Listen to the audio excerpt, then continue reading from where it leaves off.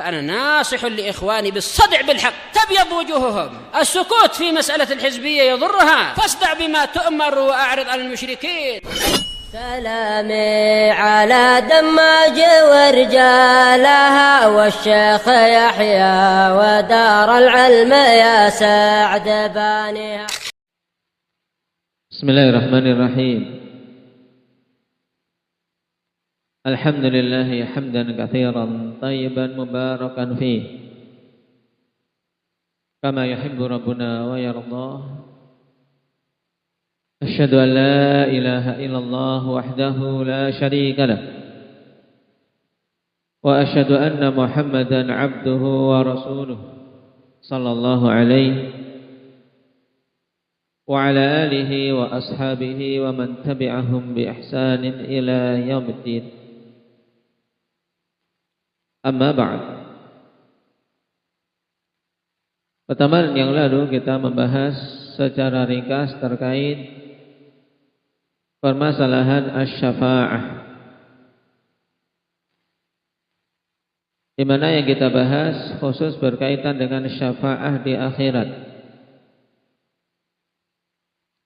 Untuk syafa'ah di akhirat ini ada berapa jenis? Hendaknya Abdullah. Ada dua. Syafaat yang khusus. Yang kedua, syafaat yang umum. Yang dimaksud dengan syafaat khusus itu bagaimana? Hendaknya Uwais, syafaat khusus itu maksudnya apa?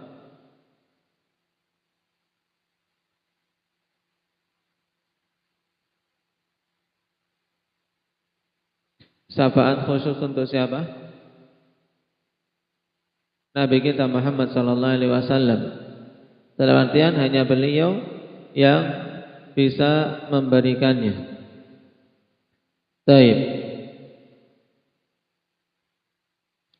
Adapun syafaat umum ini bisa memberikan syafaat para nabi-nabi yang lain, demikian pula para malaikat dan bahkan kaum mukminin.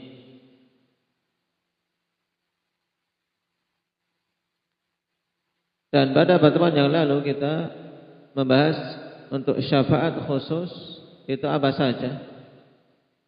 Hendak ya Zakif. Syafaat khusus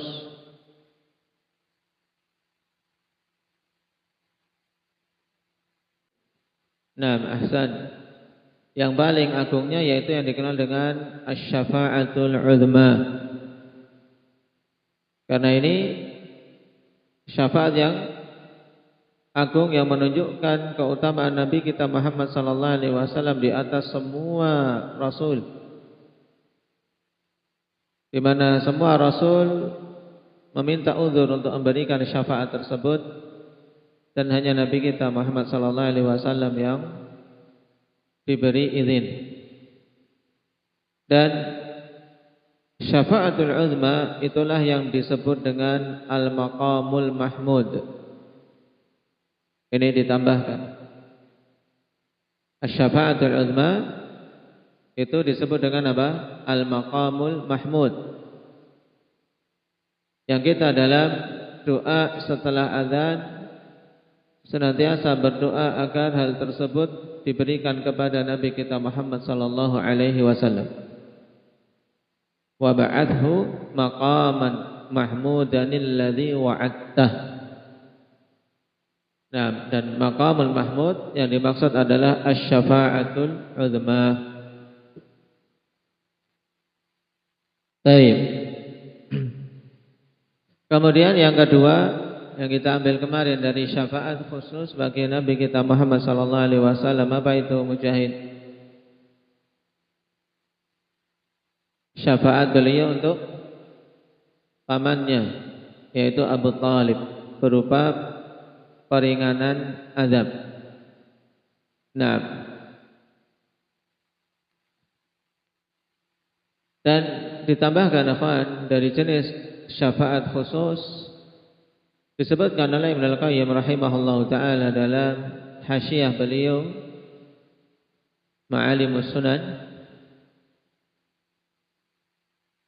Di antara syafaat khusus untuk Nabi kita Muhammad sallallahu alaihi wasallam yaitu asy-syafa'atu fi fathil jannah li ahliha. Syafaat untuk dibukakan pintu surga bagi para penduduknya. Ati babal jannah fa astaftih, kata Rasul sallallahu alaihi wasallam. Aku mendatangi pintu surga dan aku meminta untuk dibukakan. Qala man ant? Qala ana Muhammad. Qala bika umirtu lam aftah li ahadin qablak. Siapa kamu? Nabi menjawab, aku Muhammad. Untukmu aku diperintahkan, maka dibukalah pintu surga. Di mana malaikat mengatakan, aku hendak membuka pintu ini untuk seorang pun sebelummu.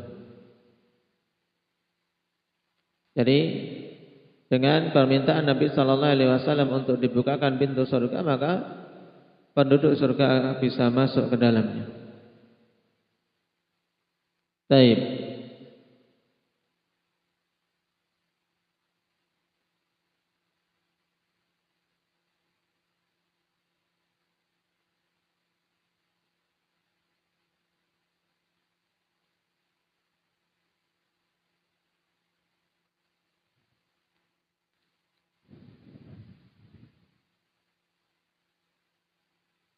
Kemudian disebutkan Ibnul Qayyim juga jenis yang keempat yaitu asy-syafa'atu fi dukhuli man la hisaba 'alaihim al-jannah.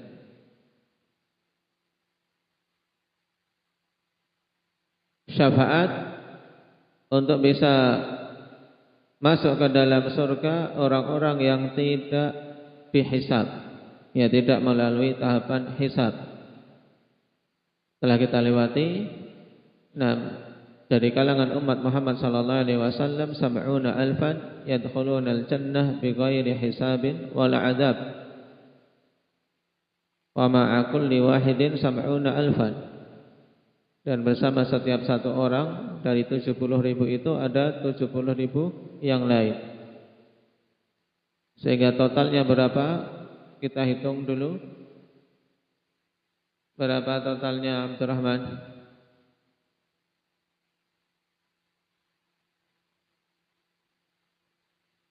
Nah, diingat-ingat. Berapa totalnya? Hendak zikri.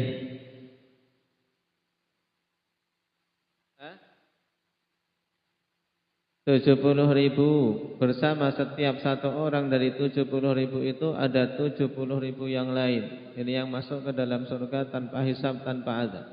Berarti totalnya berapa, Ahmad? Nah, 4.900.070.000 orang. Dan semoga kita termasuk dalam golongan tersebut.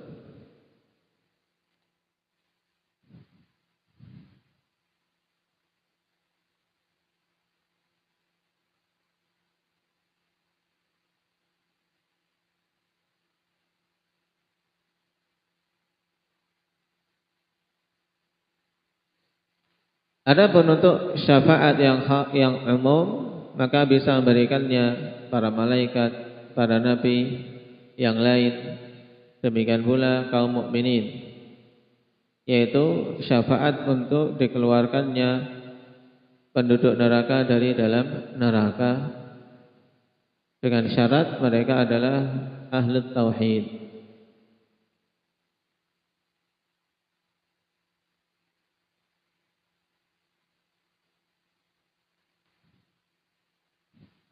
Baik. Ada dua syarat pokok untuk bisa tetapnya suatu syafaat atau hadir. Izin dari Allah Subhanahu wa taala dalilnya.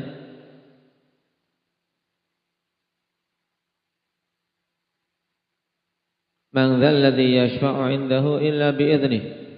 Kemudian yang kedua, Bapak-bapak, keridhaan Allah Subhanahu wa taala kepada yang diberi syafaat dan tentunya yang memberi syafaat lebih-lebih lagi. Apa dalilnya? Wala yashfa'una illa liman irtada. Jadi harus ada izin dari Allah Subhanahu wa taala. Kemudian yang kedua harus ada keridhaan Allah Subhanahu wa taala kepada yang diberi syafaat, dan Allah tidak akan ridha kecuali kepada muwahhidin. Maka orang-orang kufar wal musyrikin tidak akan bisa mendapatkan syafaat sedikit pun. Dalilnya apa? Indah bahwasanya orang-orang kafir tidak akan dapat syafaat sama sekali. Iqbal,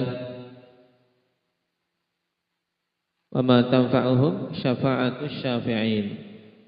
Nah, tidak akan bermanfaat bagi mereka syafaat orang-orang yang memberikan syafaat, siapapun itu. Dikecualikan dari hal ini siapa? Dikecualikan dari keumuman ayat. Wa ma tanfa'uhum syafa'atus syafi'in. Akbar.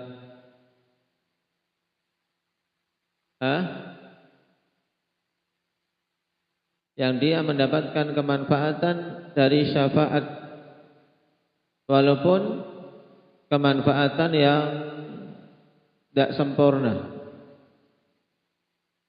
karena tetap dia diazab di dalam neraka. Abu Talib. Nah, Abu Talib dikecualikan dari hukum ini karena dia bisa mendapatkan syafaat dari Nabi sallallahu alaihi wasallam, di mana dengan sebab syafaat Nabi diringankan azabnya sehingga berada di lapisan paling atas dan azab yang paling ringan, tapi tetap terazab. Nah, kedua kakinya di neraka sampai mata kaki. Dalam keadaan demikian otaknya mendidih, nasallallahu al-afiyah. Sekarang kita masuk pada pembahasan berikutnya, yaitu tentang al-jannatu wan nar.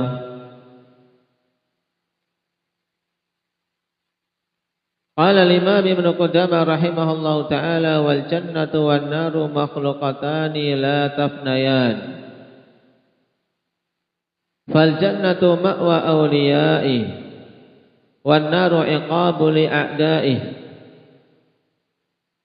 Surga dan neraka keduanya adalah makhluk yang diciptakan oleh Allah Subhanahu wa taala dan telah tercipta. La tafnayan, yang keduanya tidak akan mengalami kehancuran.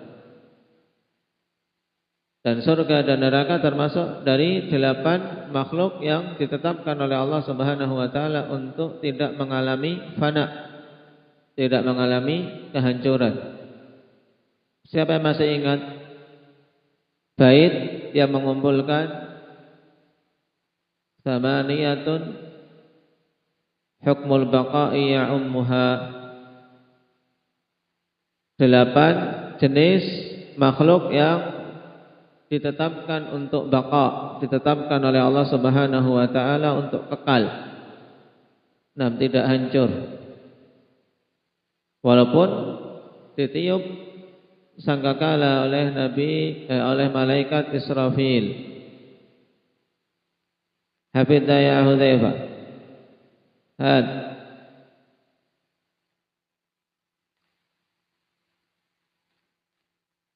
Baik.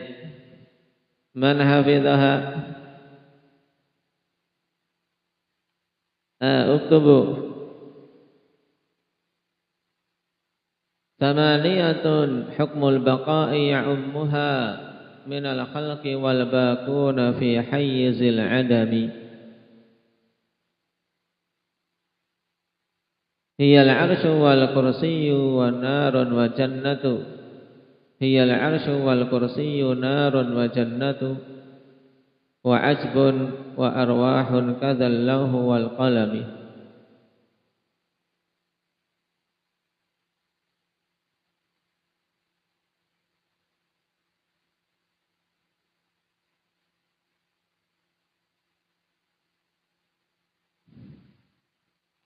Baik. Thamaniyatun hukmul baqa'i ya'ummuha. Kemudian dipisah. Minal khalqi wal bakuna fi hayyizil adami. Hiyal arsyu wal kursiyyu wa narun wa jannatu. wa ajbun wa arwahun kadallahu wal qalami.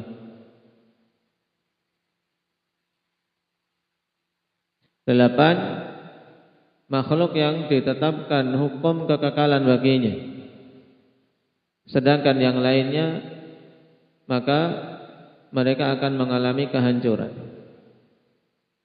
Yaitu yang pertama arsy, yang kedua kursi, yang ketiga neraka, nar, yang keempat surga, yang kelima ajbun, maksudnya ajbud dzanab, tulang ekor manusia. Karena dari tulang ekor ini kelak manusia akan tumbuh sebelum ditiup sangkakala yang kedua, ketika Allah Subhanahu wa taala turunkan hujan seperti mani, kemudian tumbuhlah manusia dari ajbud dzanabnya, baru ditiup sangkakala yang kedua sehingga semuanya bangkit. Kemudian arwah, ruh-ruh, dan yang ketujuh al-lauh, lauhul mahfuz, yang di situ ditulis takdir keseluruhan makhluk, dan al-qalam, pena penulisan takdir. Syahidnya dari bait ini yaitu apa? Penyebutan narun wa jannah, neraka dan surga, kedua-duanya la tafnayan, tidak akan mengalami kehancuran. Karena Allah Subhanahu wa taala ciptakan surga dan neraka untuk kekal.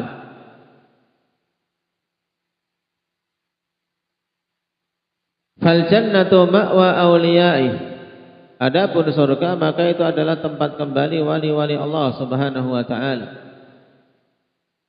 Wan naru iqabu li a'da'i, sedangkan neraka adalah tempat hukuman bagi musuh-musuhnya. Wa ahlul jannati fiha mukhalladun, dan penduduk surga di dalamnya dikekalkan, dan ini tidak ada khilaf. Yang masuk ke dalam surga maka akan kekal selama-lamanya.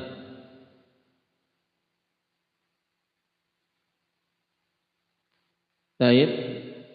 Innal mujrimina fi adzabi jahannam khalidun, dan sesungguhnya orang-orang yang mujrim, orang-orang yang berbuat jahat, kufur, melakukan syirik, maka mereka berada dalam azab neraka jahannam kekal. La yufattaru anhum wa hum fihi mublisun, dan tidak pernah dihentikan dari mereka azab. Jadi azab penduduk neraka, ikhwan, tidak ada istirahatnya. Tidak ada yang namanya istirahat untuk apa? Untuk mengambil nafas sejenak. Tapi apa? La yufattaru anhum, tidak ada hentinya azab bagi penduduk neraka, dan mereka di dalam neraka mublisun, dalam keadaan penuh keputusasaan. Tidak ada harapan. Minta diringankan azab saja tidak bisa. Nah, dan bahkan yang paling keras Allah Subhanahu wa taala katakan apa? Apa ayat yang paling keras bagi penduduk neraka, yang membuat mereka sudah putus asa dari semua harapan? Penduduk neraka yang kekal. Apa? Syukran. Syukran jadaan. Apa ini?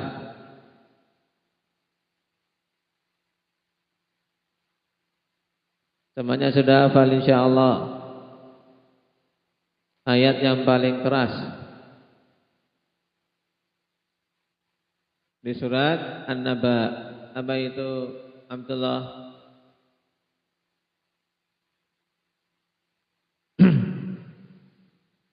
Baik, fadhuqu falan nazidakum illa azab.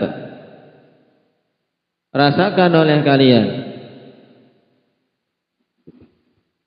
Nah, fadhuqu, rasakan oleh kalian, falan nazidakum illa azaba. Kami tidak akan menambahkan untuk kalian kecuali azab. Kalau sudah seperti ini, harapan apa? Enggak ada harapan. Kenapa? Karena tidak akan ditambahkan untuk mereka kecuali azab. Tidak ada dikurangi, tidak pula dihentikan. Na'udzubillahi min. Qala al-Alama Ibnu Utsaimin rahimahullahu taala fi syarhi al-jannatu wan nar. Al-jannatu lughatan al-bustanul katsirul asjar. Pembahasan kita tentang surga dan neraka sekarang.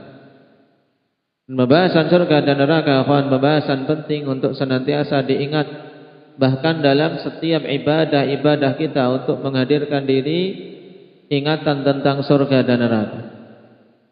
Kenapa? Karena kelalaian terhadap dua perkara ini menjadikan manusia terjatuh dalam dua hal. Lalai terkait masalah surga dan neraka. Yang pertama, jatuh dalam kelemahan dari sisi ibadah. Seorang melemah dari sisi ibadah, kenapa? Karena lalai dari surga dan neraka. Coba kalau dia senantiasa ingat tentang masalah surga, akan semangat untuk bisa masuk ke dalamnya dan semangat untuk bisa bebas dari neraka. Kemudian akibat yang kedua, at-tahawun fil maksiyah, menjadi meremehkan perkara maksiat. Nah, ketika lalai dari mengingat tentang surga dan neraka, akan meremehkan perkara maksiat. Sebab kalau dia senantiasa ingat di sana ada hukuman yang sangat berat yang diancamkan bagi pelaku maksiat, maka dia tidak akan berani untuk memasukkan diri ke dalamnya.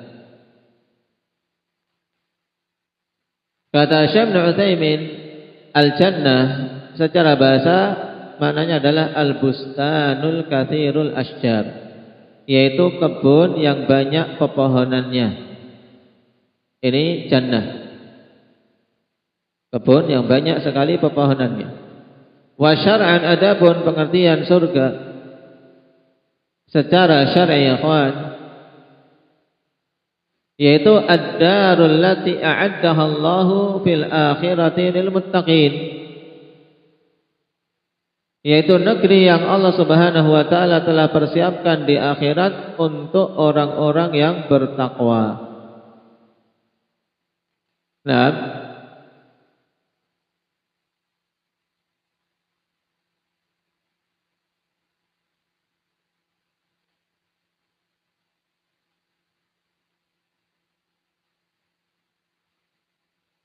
ini al-jannah, negeri kenikmatan. Wan naru lughatan ma'rufah, dan nar secara bahasa ma'rufah, yaitu sesuatu yang diketahui. Apa makna an-nar secara bahasa? Api. Api, kamu tahu? Wes, tahu? Baik. Kalau sampai nggak tahu, nah, suruh mendekat ke kompor. Wa naru lughatan ma'rufah. An-nar secara bahasa ma'rufah. Nah, api. Wa syar'an, adapun secara syar'i yang dimaksud dengan an-nar yang kita dapati dalam dalil-dalil Al-Qur'an maupun As-Sunnah, yaitu ad-darul lati a'addaha Allahu fil akhirati lil kafirin, yaitu negeri yang telah Allah Subhanahu wa taala persiapkan di akhirat untuk orang-orang kafir, karena merekalah yang betul-betul kekal di dalam.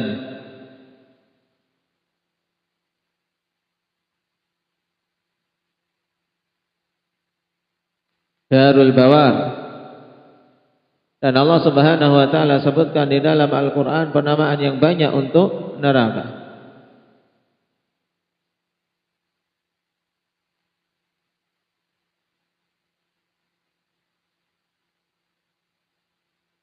Dan disebutkan oleh Imam As-Safarini rahimahullahu taala dalam Lawami'ul Anwar, wan naru sab'u tabaqat. neraka itu ada 7 lapisan. A'laha, yang paling atasnya Jahannam. Fataladza, kemudian berikutnya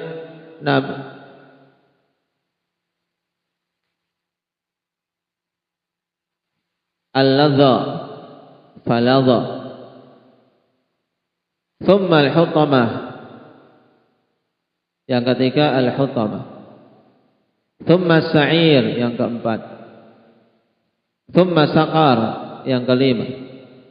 Thumma al-jahim, yang keenam. Thumma al-hawiyah, yang ketujuh.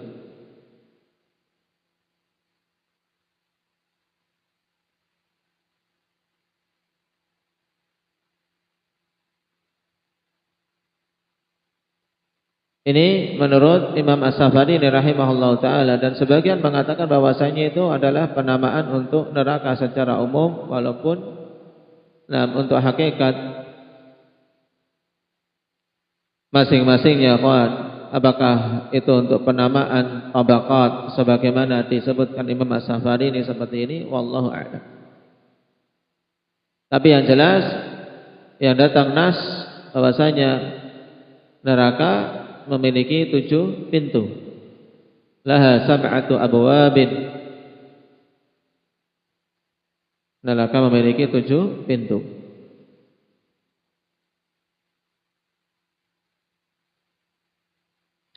Qala wa huma makhluqatanil an, dan keduanya yaitu surga dan neraka telah tercipta saat ini. Liqaulihi ta'ala fil jannah u'iddat lil muttaqin wa fin nari u'iddat lil kafirin. Berdasarkan perkataan Allah Subhanahu wa taala tentang surga, bahwasanya surga itu dipersiapkan bagi orang-orang yang bertakwa. Dan Allah katakan tentang neraka, neraka itu dipersiapkan bagi orang-orang yang kafir. Pendalilannya bagaimana? Wal i'datu at-tahyi'ah, dan i'dad yang dimaksud adalah tahyi'ah, persiapan. Sesuatu yang telah dipersiapkan berarti sudah ada atau belum? Apa Suhaib? Sudah ada, jelas. Maka ketika dikatakan u'iddat, dipersiapkan, menunjukkan surga dan neraka telah tercipta. Dan ini bantahan bagi kaum Mu'tazilah yang mereka mengatakan bahwasanya kalau surga dan neraka telah tercipta, keberadaan keduanya sesuatu yang sia-sia. Akhirnya mereka mengingkarinya.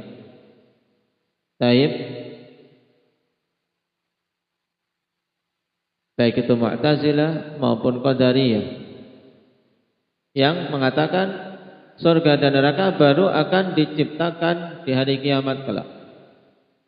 Dan ini jelas keyakinan yang batil, menyelisihi ijma' ahli sunnati wal jamaah. Disebutkan oleh Imam Ibn Abil Izz rahimahullah ta'ala dalam syarah Tahawiyah, fattafaqa ahlus sunnati ala anna al-jannata wan nara makhluqatani mawjudatanil an. Lam yazal ala dhalika ahlus sunnah hatta nabaghat nabighatun minal mu'tazilati wal qadariyah fa'angkarat dhalik. Jadi pada asalnya semuanya bersepakat, kawan. Ahlus sunnah bersepakat bahwasanya surga dan neraka telah tercipta dan telah ada. Dan terus menerus di atas hal tersebut sampai muncullah Mu'tazilah dan Qadariyah, mereka mengingkarinya. Baik.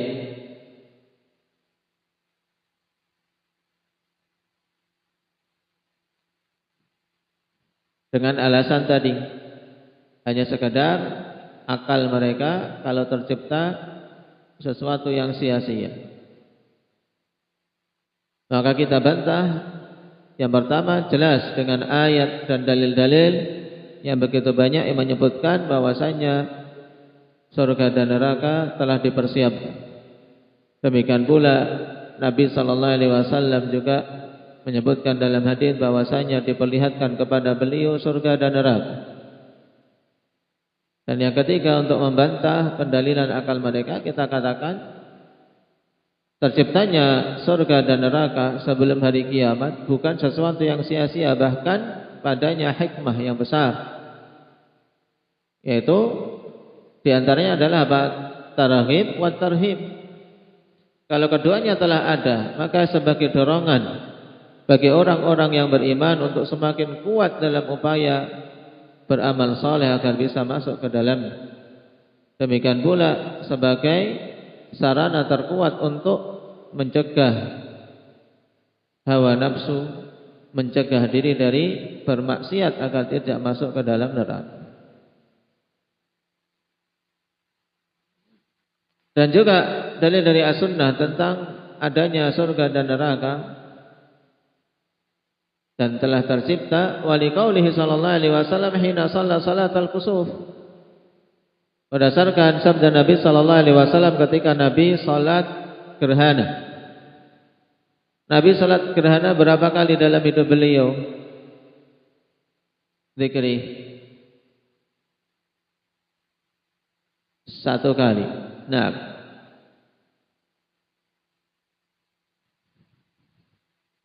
gerhana apa?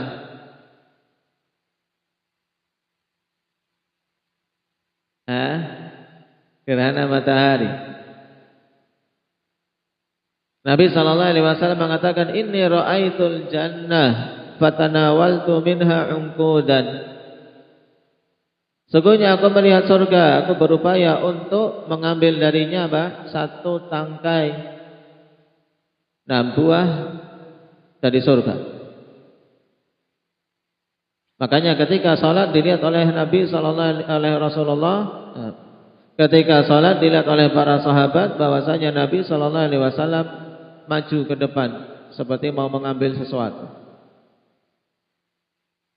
Walau akhadtuhu la akaltum minhu ma baqiyatid dunya. Seandainya aku mengambilnya maka tentu kalian akan memakan darinya selama dunia ini ada. Jadi 1 ungqud diambil dari manusia semenjak zaman Nabi sampai akhir dunia masih ada. Terus gimana dengan yang lain ya kawan yang di surga? Ini kalau diambil sesuatu dari surga dimakan di dunia seperti ini. Nah, maka sungguh sangat pandir seorang yang mengorbankan apa-apa yang dijanjikan di surga demi merasakan kenikmatan sekejap di dunia. Contoh mereka yang minum khamar. Siapa saja minum khamar di dunia tidak akan bisa minum khamar di surga. Nah, padahal khamar di surga, lezatnya tidak terkira. Tidak membuat mabuk, tidak membuat pusing, tidak membuat muntah-muntah. Sedangkan khamar di dunia adalah minuman yang khabith, minuman yang sangat busuk, buruk. Maka kalau seorang mengorbankan diri untuk tidak mendapatkan itu di surga, tentunya apa? Sesuatu tindakan yang sangat bodoh. Dan contoh-contoh yang lain. Wala wara'aitun nabiyya sallallahu alaihi wasallam atau wara'aitun nara falam ara kal yaumi mangdaran qattu afdha. Dan aku dalam salat kusuf juga melihat neraka. Maka aku tidak melihat seperti hari ini suatu pemandangan yang lebih mengerikan. Maka saat itu Nabi sallallahu alaihi wasallam kelihatan mundur karena saking mengerikannya neraka. Perhatikan Nabi mengatakan ra'aitu, aku melihat. Diperlihatkan kepada Nabi surga dan neraka, menunjukkan keduanya telah ada.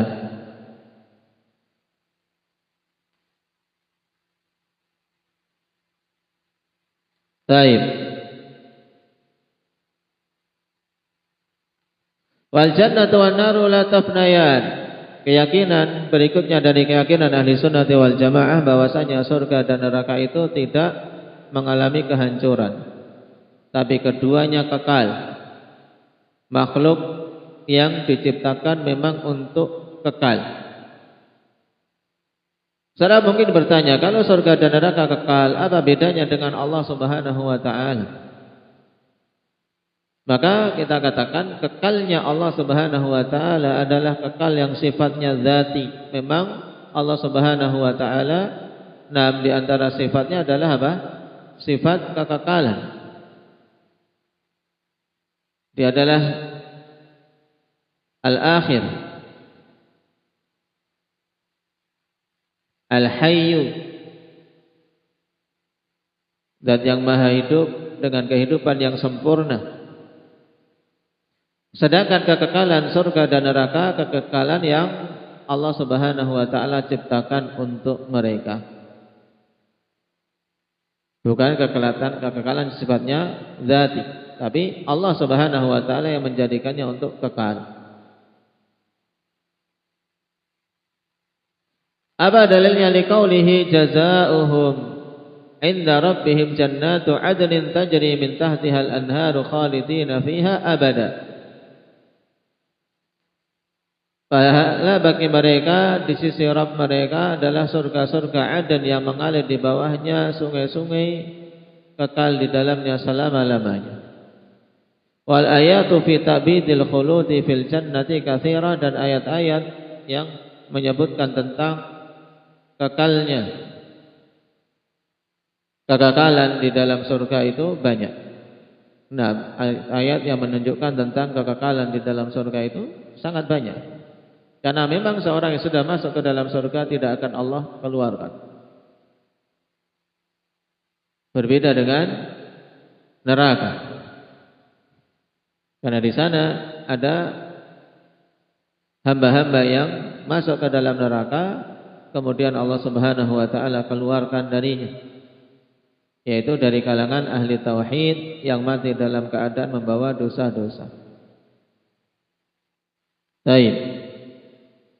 Dan berkaitan dengan keyakinan bahwasanya surga dan neraka itu tidak mengalami kehancuran telah dinukilkan ijma' oleh saudara-saudara ahli sunnah, para ulama, para a'immah. Di antaranya pertama Abu Hatim Ar-Razi, yang kedua Abu Zur'ah Ar-Razi, yang ketiga Ibnu Hazm, yang keempat Syekhul Islam Ibnu Taimiyah rahimahumullahu taala ajma'in. Baik. Wa amma fin nari fadzukira fi thalathati mawadi', adapun tentang neraka yang menunjukkan kekekalannya disebutkan dalam 3 tempat. Fin Nisa, yang pertama dalam surat An-Nisa, innal ladzina kafaru wa dzalamu lam yakunillahu liyaghfira lahum wa la liyahdiyahum tariqa illa tariqa jahannam khalidina fiha abada. Kemudian yang kedua, wa fil ahzab innallaha la'anal kafirin wa 'adda lahum sa'ira khalidina fiha abada. Syahidnya di sini khalidina fiha abada. Kemudian yang ketiga fil jin, dalam surat Al-Jin, wa may ya'sillaha wa rasulahu fa inna lahu nar jahannam khalidina fiha abada. Wa qala Allah ta'ala innal mujrimina fi 'adzabi jahannam khalidun la yufattaru anhum wa hum fihi mublisun. Nah, ini dalam surat Az-Zukhruf. Yang 3 dengan lafaz yang sama, khalidina fiha abada.